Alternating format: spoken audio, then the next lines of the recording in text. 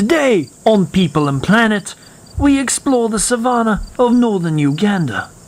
This particular village is known as Kotomor, which means rain and thunder. In the past, Acholi tribesmen used these plains as a hunting ground during the dry season. The spectacular thunderstorms that accompanied the beginning of the rainy season would signal that it was time for them to return to their villages to tend to their crops. Today, the people of Kotomor live a fairly traditional lifestyle, in huts constructed from mud bricks and grass roofs. They have relatively few links to the outside world. The Acholi people primarily speak the dialect of the Luo language group, although children do learn some English at the village school. Nevertheless, only a few of these children will ever leave the village for further education.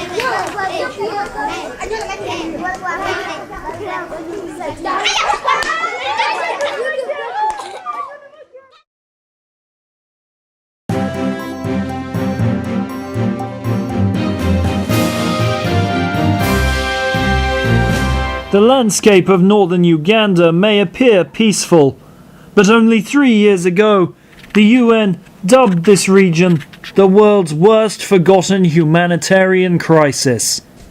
Kotomor is one of many internally displaced people camps built for those fleeing the LRA, Lord's Resistance Army, a rebel group infamous for their brutal massacres and the use of child soldiers. Over 1.6 million people were displaced in this conflict. The LRA has since moved on, and the people of this region have slowly begun to rebuild a life, but some IDP camps, like Kotomor, remain. Here, children who are lucky to have escaped the life of a child soldier attend the school. Only a few hundred meters from the school, the locals show us a hole in the earth where several bombs had been buried. There is no telling how many more are still hidden around the area. Just one of the constant reminders of the conflict that is still just across the border.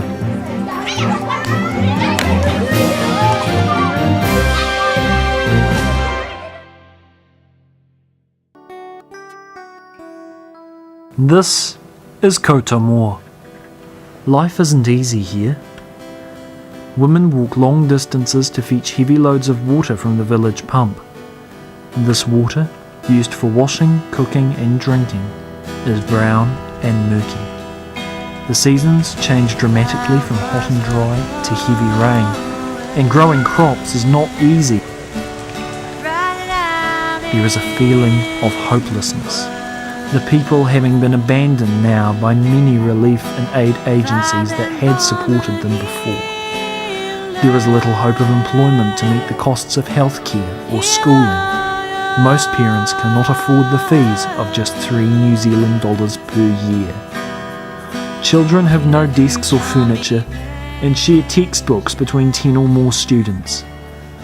The headmaster of this school has a dream of giving these children skills that they need, of having a counselling service, a library and even a computer room.